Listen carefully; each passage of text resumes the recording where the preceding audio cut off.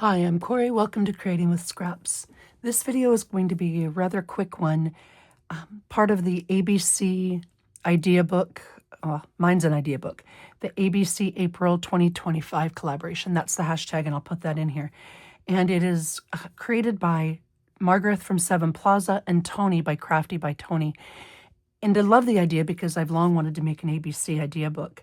And I enjoy making idea books. So this is what that is. And I had way too many ideas, but I wanted to show you quickly what I decided to do for this.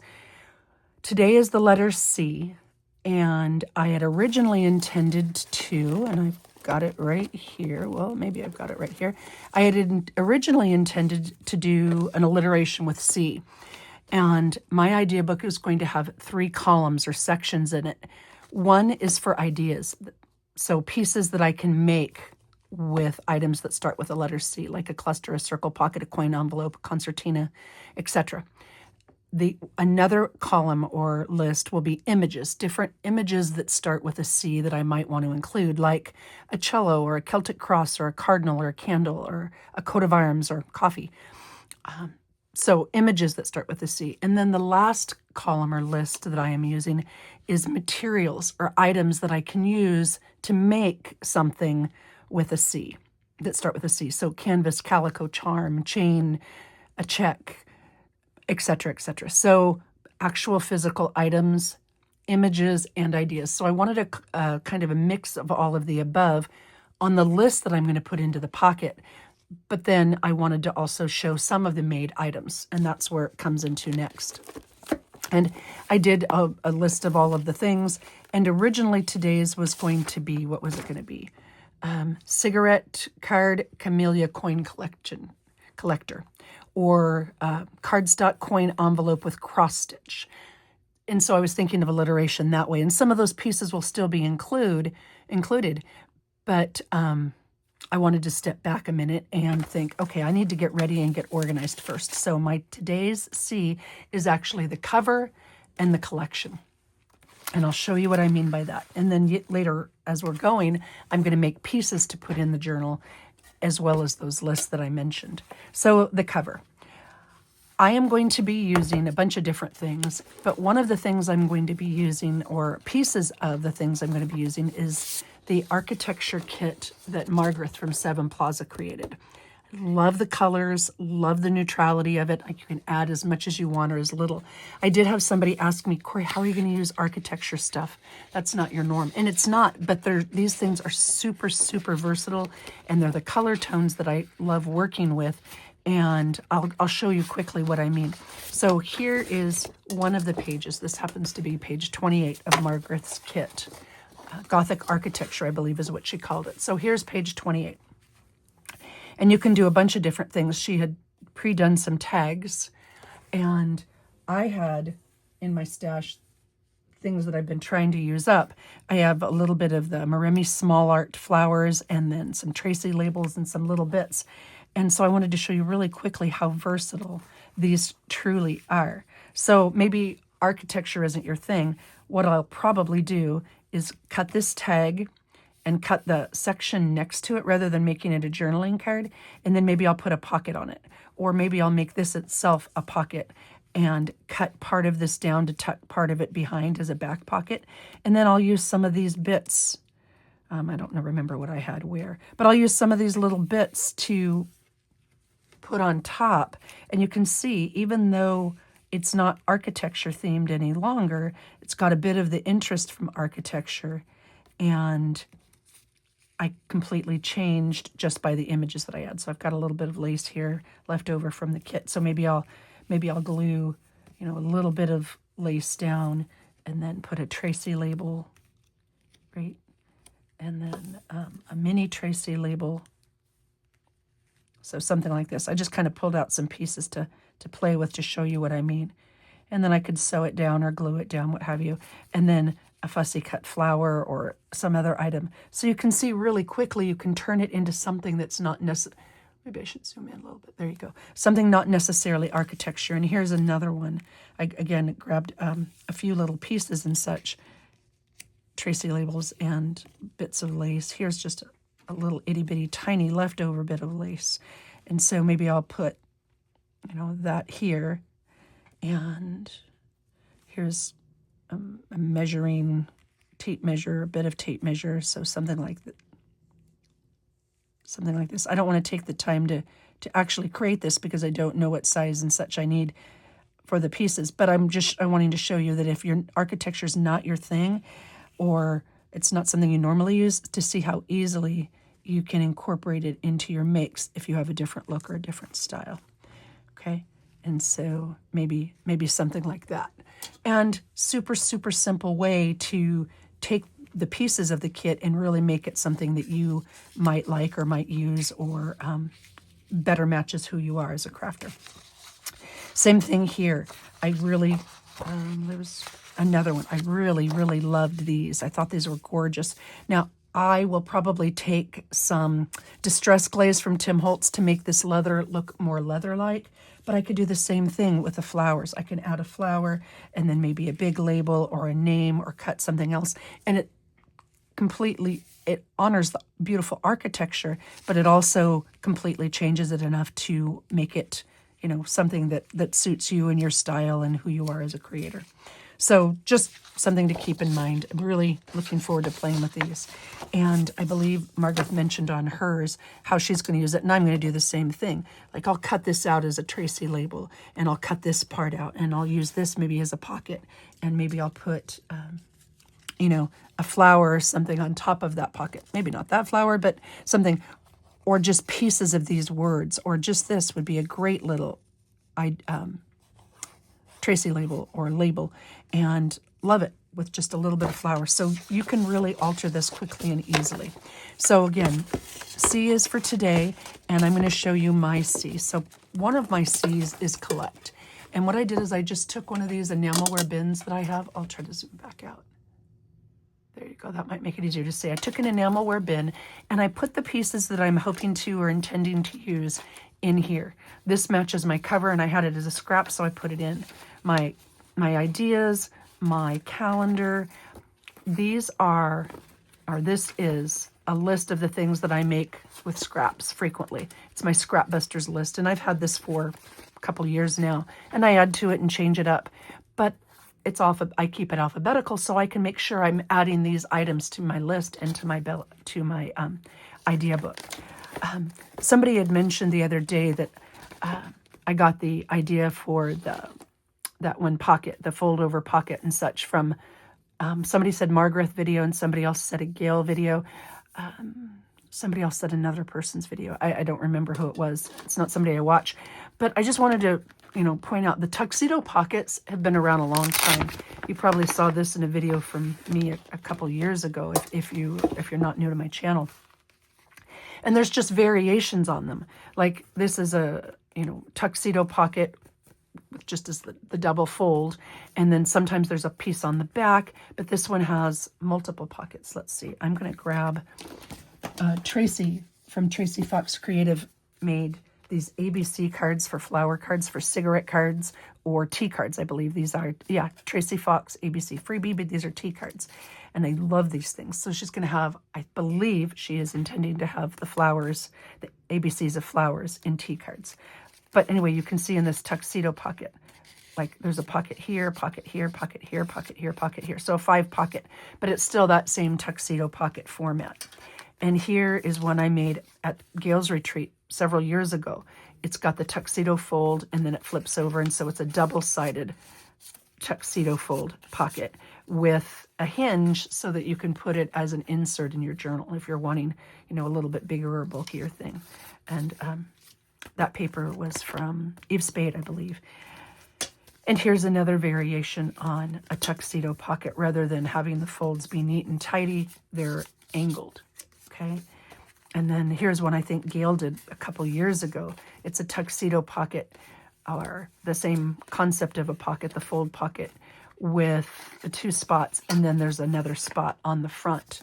So it's the same thing, just a little bit altered or a little bit different. Here, same idea. This one I made many years ago. There's a pocket in the back, and then just a bunch of little pockets on the front. There's several like that. Here's one with a tuck.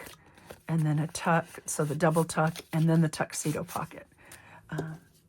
Here's one, gosh, with just a flip-up corner. So it's the same thing, the tuxedo pocket, but with a little flip-up corner.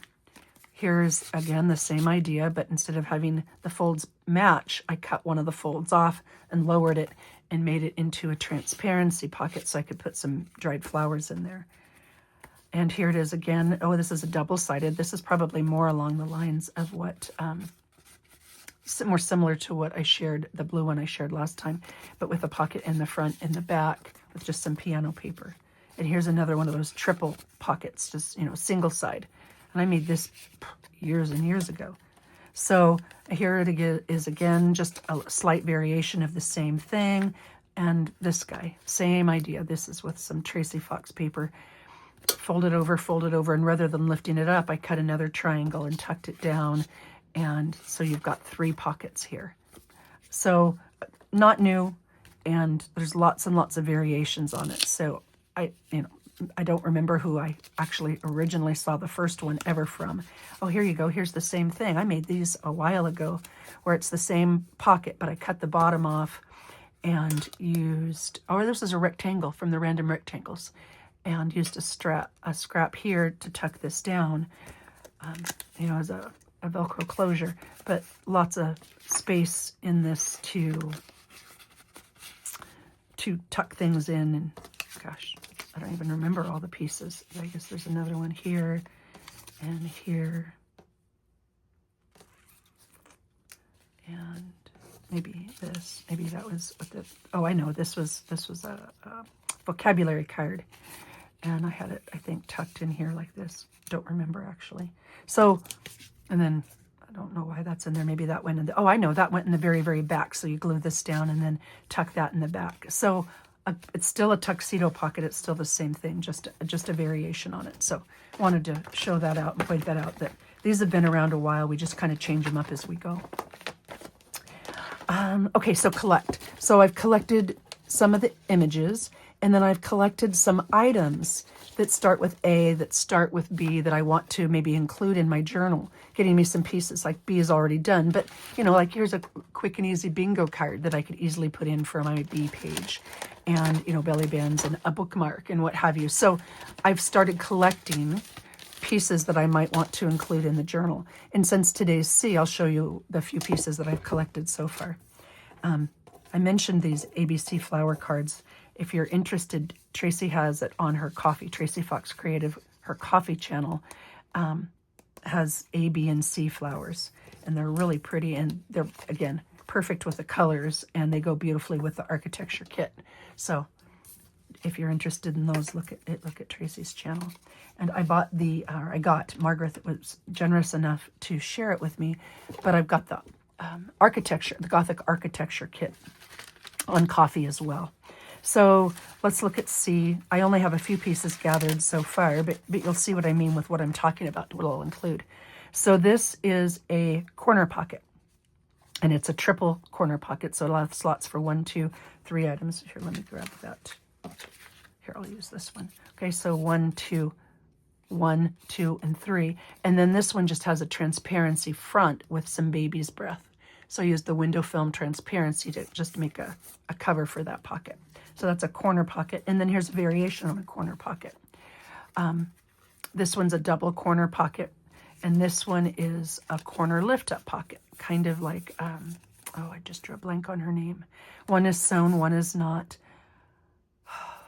Rita Donnelly flip. So Rita Donnelly has one that's a flip like this, and then this is a pocket here, right? And then you flip it up, and then there's a space to journal there. So that's another corner tuck option. This one, some people call it a waterfall, or you can call it a cascade. This is just a notepad of paper cascading down. So that would be something I could easily tuck inside my journal, and you can tuck it in a belly band or a pocket in the back, and you just have writing paper. You can either tear it off and write, or just write directly on the pad. So I call that a cascade or cascading paper pad. And this one is a simple circle pocket. Again, this is some of that Tracy Fox paper that I had, and I'd made this in advance. Not for this project, but I had it, and so it worked perfectly for this. And so here's a standard circle pocket where you take a circle punch and punch twice, and then cut one of those in half, and then glue the edge, and you've got a circle pocket. And then you use a smaller circle to make a little mini notepad, right? And I just sewed it together with some lace to hold it at the top. And so there's my circle notepad, and you can put it in your book just like that. But what I did is I used it as a closure for a writing pad, a piece that I could put in my book as a writing pad. So there's another C, a circle pocket for you. So there's some of the C ideas that you can make. And there's lots more, but there's just some of them. Obviously, there's no cluster in there. So just a couple C ideas. So collected things. There's some fussy cut flowers. I've got my lists. I've got the architecture paper. I've decided I was trying to use what I've got on hand. And I have some really cool black paper. And I like the black paper a lot with the architecture kit because of the lines and the architectural images and such.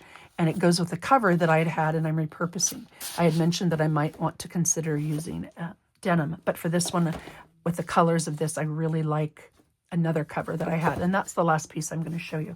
So I've made a lot of covers lately, and I know probably people are probably tired of seeing them, but I wanted to show how I took and altered something that I'd already had to make it work with something I'm currently doing. So this was a cover I shared a while ago, but it was taller, longer.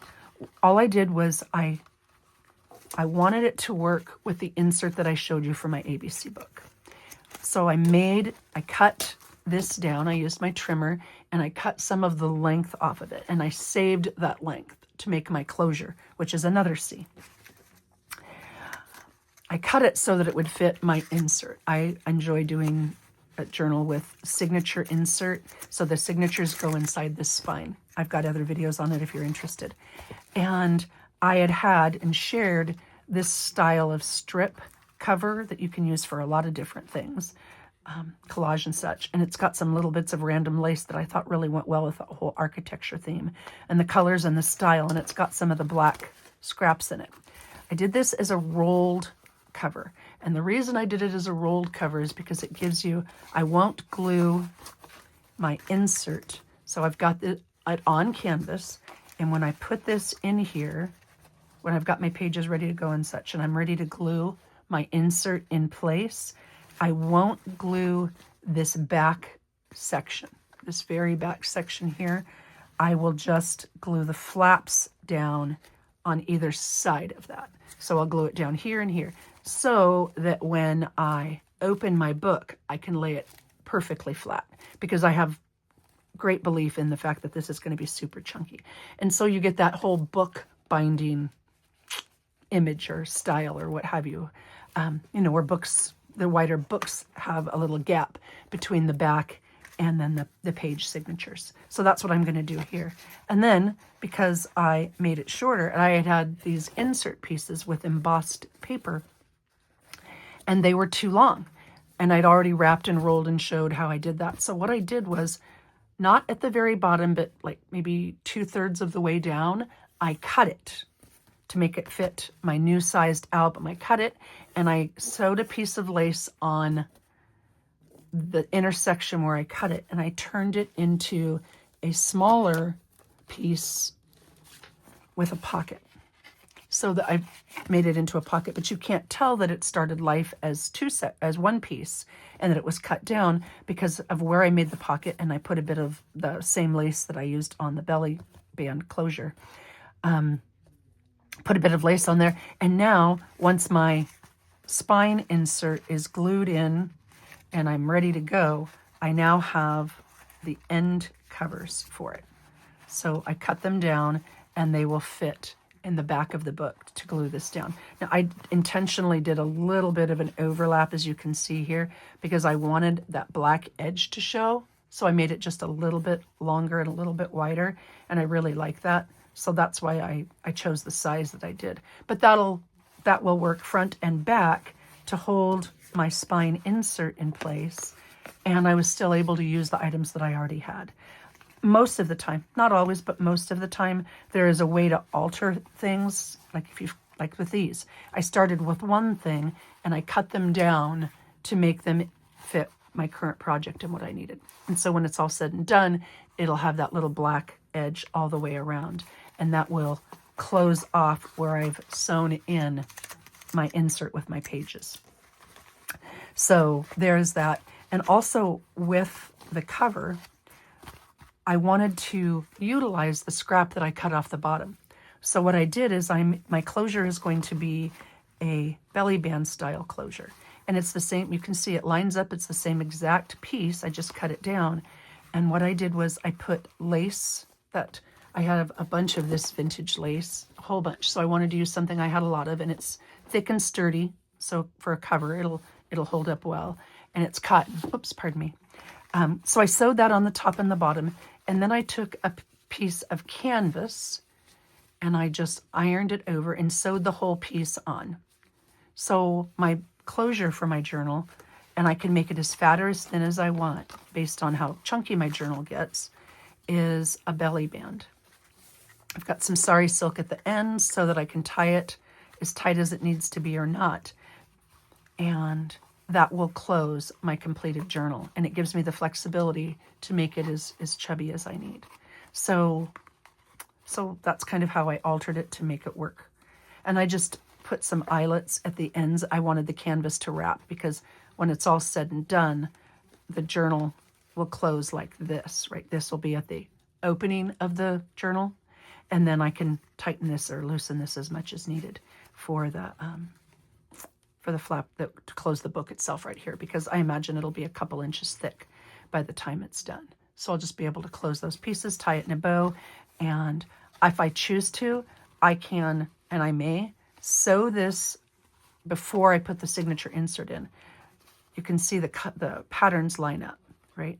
I may just sew this straight down into my signature and this straight down so that this cover piece, I actually probably will, so that this cover piece can also act as a belly band, right?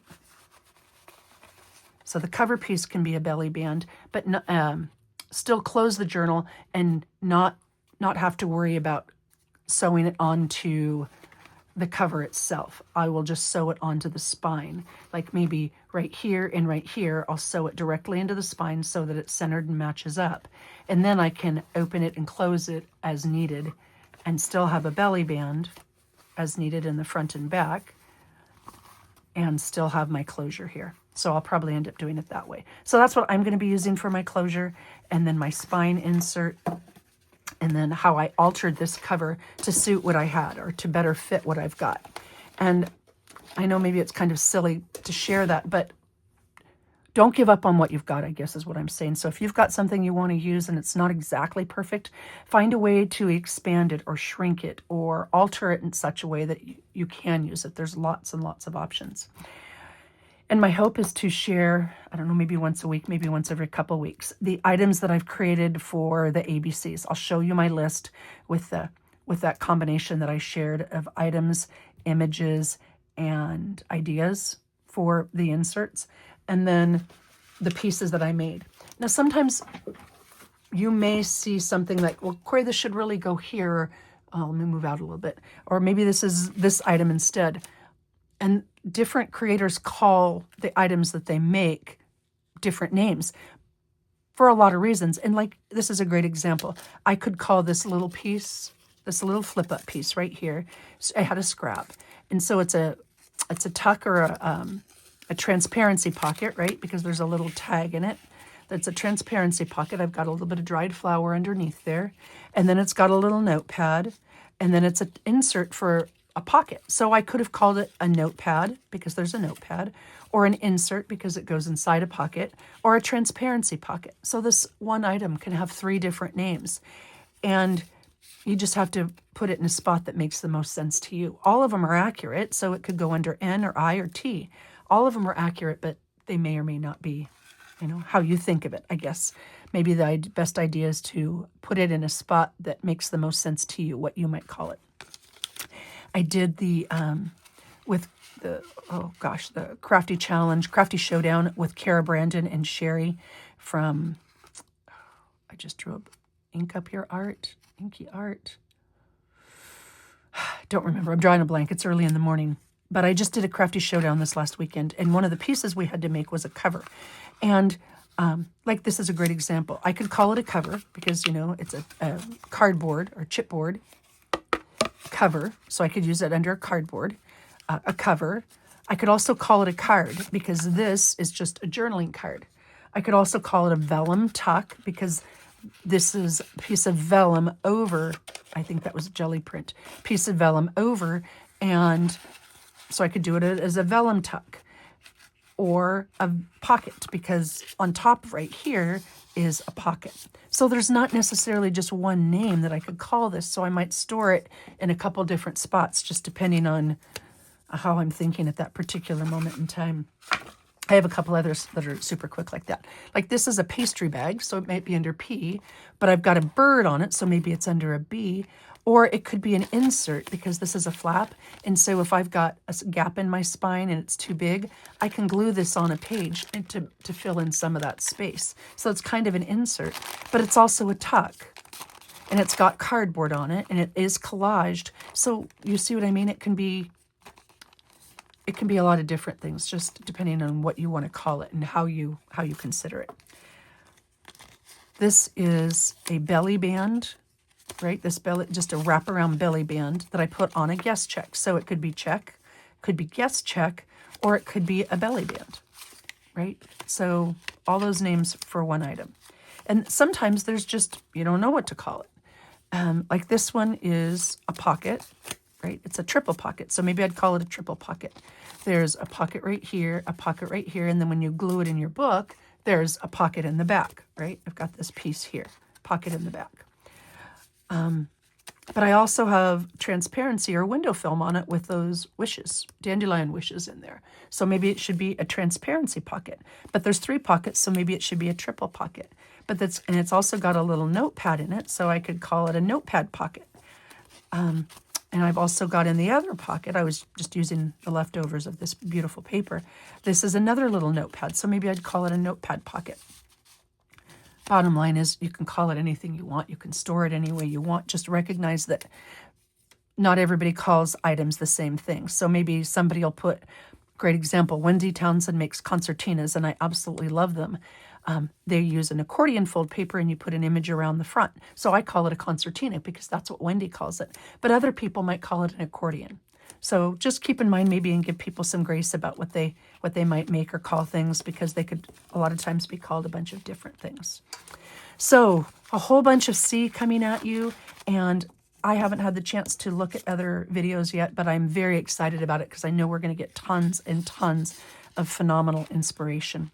So I hope this gave you an idea or allowed you to consider something that you're creating a little bit differently.